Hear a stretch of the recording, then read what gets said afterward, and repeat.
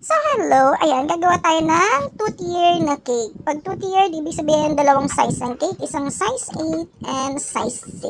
Okay? Ganun pag tier cake. Iba rin yung pag-layer. Minsan nalilito yung mga client natin eh. Gusto nila ng layered na cake. Tapos, magkaiba pala ng size. Pag tiered po is dalawang size yon, katulad ng gagawin natin, size 8 and size 6. Pag sinabi pong layer, isang size lang yon. Pero, yung layer ng cake, alam mo, dalawa, tatlo, apat. So, dun siya tataas. Yung ganon. Okay? So, syempre, ang gamit pa rin natin ng ating ACC whipping cream. Palagi naman yan sa mga video natin before. Hindi ko napapakita kung paano ko binake yung moist cake natin tsaka ube chiffon. Kasi sa mga last video naman natin, pinapakita ko naman yan palagi. Okay? Tapos gumawa rin tayo ng ube filling. Yan, syempre gamit natin ang ube emulko ng high cup. Syempre, chiffon cake, hindi pwedeng mawala ang ating ACC chiffon oil. Palagi yan. Perfect combination talaga yung mga yan, no? So, ayan. Tapos, nagkamali ako dyan. Bakit nga ba pareho ko size 6 ginawa yung chiffon cake natin? So, discarding malupit lang ng baker. Alam niya, ng kapwa ko bakers. Ganyan lang ang gagawin natin. So, ikat.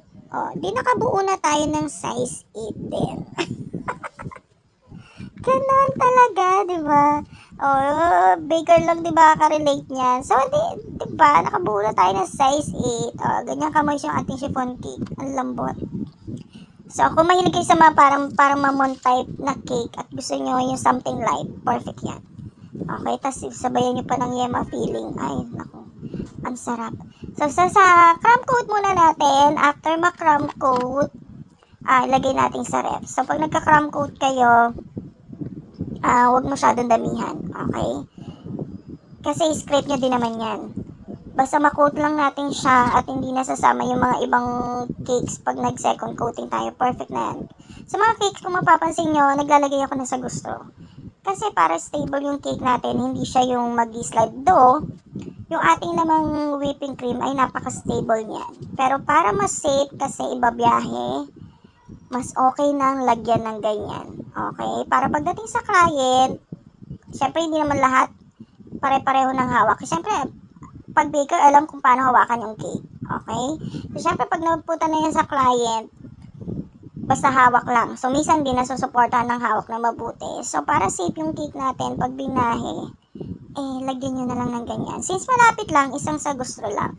Pero pag malayo, usually dalawa or tatlo. Ano? At saka, the same time kasi may papatong tayo na isang second cake. Kaya, mas okay lagyan nyo ng ganyan. Okay? Para hindi masisira o mag-slide yung ating cake.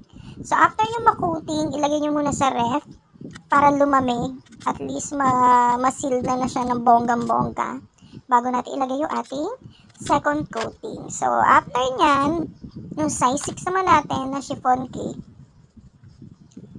So, ganyan lang din ang proseso natin.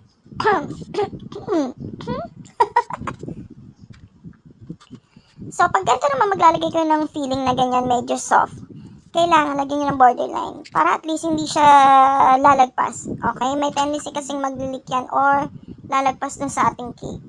Hahawa yan sa ating frosting. Since ang frosting natin, ang design nga lang is color white since wedding yan. Okay? So, lagi yan lalagyan nyo ng ganyan. Siyempre, pag naglagay kayo ng yema cake, huwag nyo tipirin, day. Apakasarap kaya niyan. Lalo na gamit mo yung high cups ng emulko. Yung high cups ko parang kailan ko lang in-order, 1/4 na lang. Gamit na gamit, di ba? Parang ube halaya lang. Ang sarap niyan. Hindi siya ako nag-bake, pero marirecommend ko yan. As in. Sarap niyan. Kahit yung vanilla flavor lang, ay perfect. Perfect combination talaga yung mga yanday. So, lagyan lang ulit tayo ng sago straw. Actually, yung second layer natin, nag-video rin ako niyan. Pero, hindi ko pala napindot talaga. Oo, kala ko napindot ko na pero hindi ko pala napindot. So, ang ending, habang natapos ko na, stop ko na sana, hindi ko pala na-play. So, nandun na tayo later sa pagde-design, okay? Same procedure pa rin. After mag-coat, ilagay sa ref. Okay, para maganda na yung lapat ng aking second coating. Okay, yun lang. So, abangan nyo sa second video natin dahil hindi kasya ng isa lang. Oo, hindi kasya. Kahit naka-fast forward na to ng sobrang speed na times 2, hindi pa rin pwede. So, So, ayan. Coat lang natin. After nyan, lagay sa ref. So, doon na tayo sa second video, second part.